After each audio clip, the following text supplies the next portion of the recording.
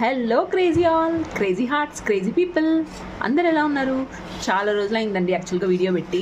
ఈరోజు ఏంటి అనుకుంటున్నారా? ఇది కాకరకాయని ఫస్ట్ ఏం చేయాలి అంటే, కాకరకాయని ఫస్ట్ బాగా కడుక్కొని పైన కింద చెక్కులాగా తీసేసిన తర్వాత నీట్గా పైన ఉన్న నల్లగా ఉండేది ఏమి రబ్ చేయని అవసరం లేదు. అది రబ్ చేయకుండానే దాన్ని తీసుకొని ఇట్లా క్రాస్కి మధ్యలో కట్ చేసుకొని లోపల ఉన్నదంతా కొంచెం ఉంటాయి కదా గింజలు, అవన్నీ తీసేసి బాగా ఒక పెద్ద గిన్నెలో వాటర్లో పసుపు, తర్వాత ఉప్పు కొంచెం, తర్వాత దాంట్లో చింతపండు వేసి బాగా నానబెట్టాలన్నమాట. నానబెట్టిన తర్వాత నానబెట్టిన వాటర్ కూడా అట్లే ఉన్నాయి, మీకు చూపిస్తాను. ఇట్లా వాటర్లో నానబెట్టుకోవాలి. ఇట్లా నానబెట్టుకున్న తర్వాత ఈ వాటర్లో నీట్గా నానబెట్టుకున్న తర్వాత తీసేసి కాసేపు ఒక 5 minutes గాలి కింద కానీ లేకపోతే ఎండ ఉంటే ఎండలో కానీ పెట్టుకుంటే తేమ అనేది పోతుందన్నమాట.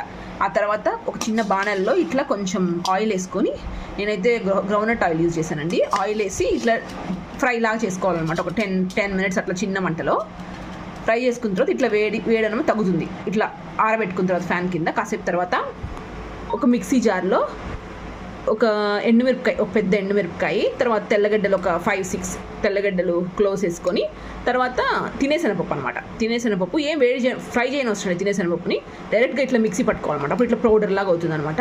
పౌడర్ అయిన తర్వాత ఈ పౌడర్ని ఏం లేదండి, సింపుల్గా ఈ పౌడర్ ఇట్లా తీసుకొని ఇట్లా దీంట్లో ఉంటుంది కదా, ఇట్లా దీంట్లో పెట్టేసి ఇట్లా బాగా ఒత్తేయాలన్నమాట. కొంచెం వేడి తగ్గితే ఒత్తచ్చు. దానిపైన ఇట్లా కొంచెం స్ప్రింకిల్ చేసుకుంటే టేస్ట్ భలే ఉంటుంది. ఇట్లా చేసుకొని నీట్గా ఒత్తుకునేసి ఇట్లా ఒక హాట్ బాక్స్లో అరేంజ్ చేసుకున్నాం అనుకోండి లైన్గా. ఎప్పుడు కావాలంటే అప్పుడు కొంచెం వేడిగా తినచ్చు అనమాట. And that's it for today. దీనికి పేరైతే నాకు తెలియదండి, ఇది మా మమ్మీ చిన్నప్పటి నుంచి చేసేదనమాట. దాన్ని చూసి నేను నేర్చుకొని నేను చేస్తూ ఉన్నాను. And that's it for today.